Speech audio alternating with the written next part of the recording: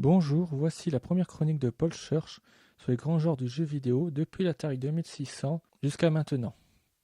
Je présente à la fois la série de jeux et son style. Nous allons parler de la série des jeux Monkey Island et du style de jeu d'aventure en pointé et cliqué.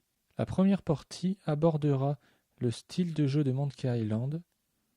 Le joueur est représenté à l'écran par un personnage central, souvent un héros. Le héros est Guybrush Threepwood.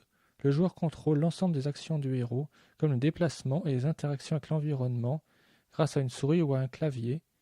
Les actions possibles sont très variées, comme ouvrir, fermer, prendre ou laisser un objet, examiner ou parler avec quelqu'un. L'interaction se fait grâce à une interface entre le joueur et l'ordinateur de type pointé et cliqué. Elle se caractérise par le fait de cliquer avec le bouton droit de la souris et pointer avec la souris sur un élément du décor visible à l'écran. L'interaction est signalée par un changement graphique à l'écran, comme l'affichage du nom de l'objet. Dans ce genre de jeu, il faut passer du temps à explorer l'écran pour trouver les objets cachés, comme une bouteille de verre à demi enterrée dans le sable de la plage. Le terme jeu d'aventure dans l'univers de Monkey Island désigne un scénario où l'histoire progresse grâce à une résolution d'énigmes successives. Par exemple, il faut discuter avec un pirate afin d'obtenir une pièce de 8 qui servira à acheter des pastilles à la menthe à un marchand. L'univers correspond au XVIe siècle, avec de nombreux anachronismes et un ton plutôt absurde et décalé. Dans ce monde, des pirates zombies existent, et des indigènes anthropophages se soucient de leur taux de cholestérol. Le joueur dispose d'un inventaire illimité, où il peut examiner les objets ou les combiner entre eux. La progression se fait de façon non linéaire et non bloquante. Le héros peut résoudre les énigmes dans l'ordre qu'il souhaite. Le joueur ne peut pas mourir, ni se trouver dans une situation où le jeu ne peut plus être terminé. La progression se fait grâce à la réflexion et l'essai systématique de l'ensemble des interactions possibles entre les objets de l'inventaire et l'environnement.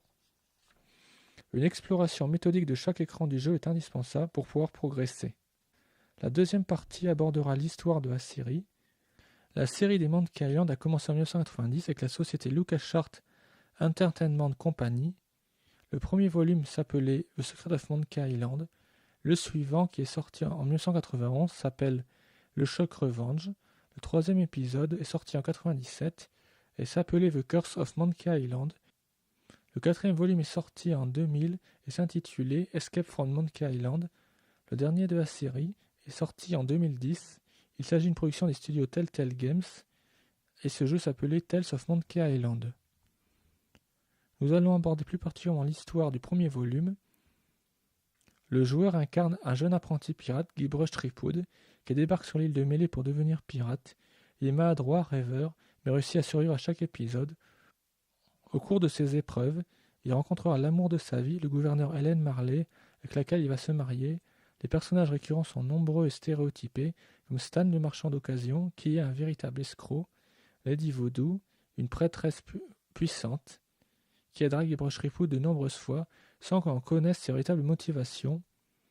L'incontournable capitaine LeChuck, un pirate fantôme qui aime lui aussi Hélène, et il poursuivra Guybrush dans chaque épisode en tant que méchant de service.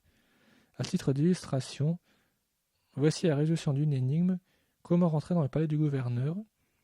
Guybrush Threepwood doit récupérer l'idole aux mains nombreuses pour réussir cette quête. Il faut d'abord droguer les chiens qui gardent l'entrée. Il s'agit de caniches piranha venimeux. Guybrush doit d'abord acheter des pastilles à la menthe pour pouvoir supporter la haine fétide d'un prisonnier qui lui parlera des fleurs de caniche jaune endormies. Elles permettront de préparer un ragoût drogué. Guybrush va trouver de la viande dans la cuisine du Scum Bar, puis faire cuire le ragoût. Il va ensuite donner l'ensemble aux chiens qui dormiront, mais nous rappelons, aucun animal n'a été blessé pendant la réalisation de ce jeu vidéo. Dans la troisième partie, je vais vous expliquer comment obtenir le jeu.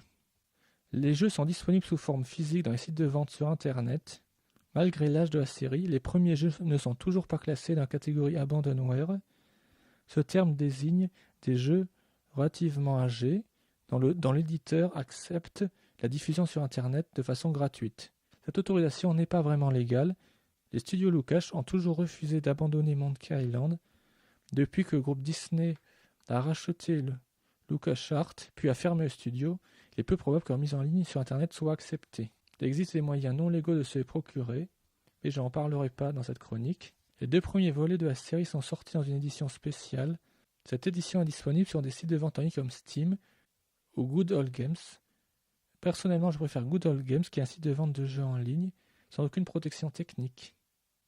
La 4e partie abordera l'avenir de la série. Malheureusement, cette série de jeux est morte. Comme les studios LucasArts ont été fermés par le groupe Disney, il n'y aura probablement pas d'édition spéciale des volumes 3 à 4. De plus, le groupe Disney a refusé de vendre à Ron Gilbert, le père spirituel de la série, les droits du jeu pour en faire une suite. Ironiquement, l'univers de Monkey Island s'est inspiré des parcs d'attractions Pirates des Caraïbes, des parcs Disneyland dans les années 80, mais actuellement Disney a repris le contrôle de l'univers de Monkey Island et préférera l'enterrer et remplacer cet univers par l'univers des films des Pirates des Caraïbes qui est beaucoup plus rentable commercialement. Voici la 5e partie de la chronique qui présentera des extraits audio du jeu. I don't see anything special about it.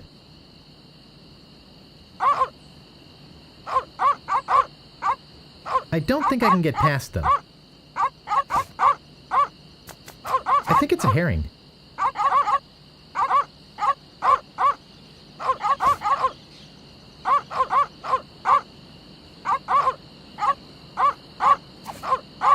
Piranha poodles don't eat fish.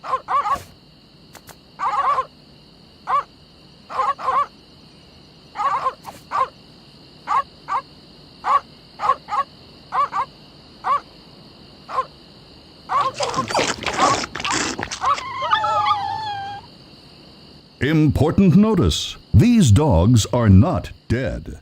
They are only sleeping. No animals were harmed during the production of this game.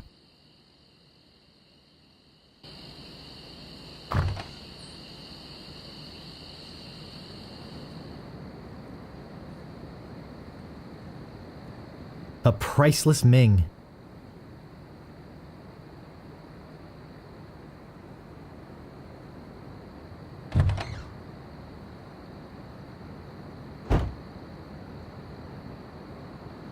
This looks like a job for Fester Shinetop.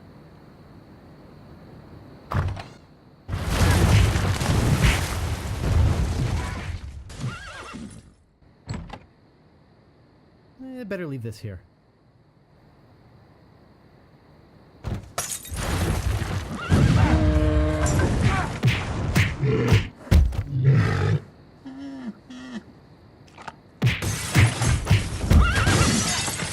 No, not the red button.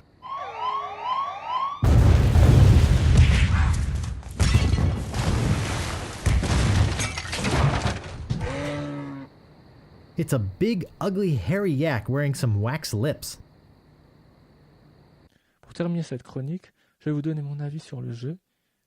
Il s'agit d'un chef-d'œuvre du jeu d'aventure de par son univers unique et de par son humour absurde qui ne vieillit pas.